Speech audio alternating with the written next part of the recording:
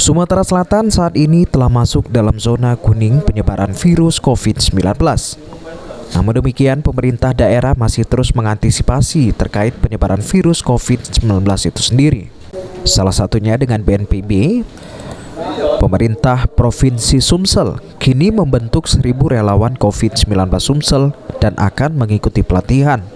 Para relawan COVID-19 ini menurut Gubernur Sumsel harus dari hulu ke hilir, yaitu mulai dari pencegahan hingga pada sosialisasi vaksinasi. Herman Deru sendiri sangat berharap pesannya tersebut diterapkan dengan benar oleh para relawan di lapangan. Karena jika tidak benar, maka penerapan di lapangan akan alami kesalahan. Sudah memeriksa beberapa pejabat dari Musi Banyuasin. Ya, kalau pejabat teknis di OPD itu kalau di kabupaten masih di urusan bupati, tapi nggak tahu ini yang kalian tanya ini masalah kepala daerahnya.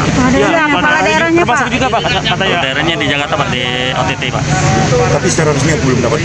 Pak, kalau seandainya itu benar gimana Pak? Di Muara ini kan sudah dikenakan bupati dan wakil bupati ini dikenakan ke imbauan kita ke wakil bupati dan wali kota di Sumsel gimana Pak?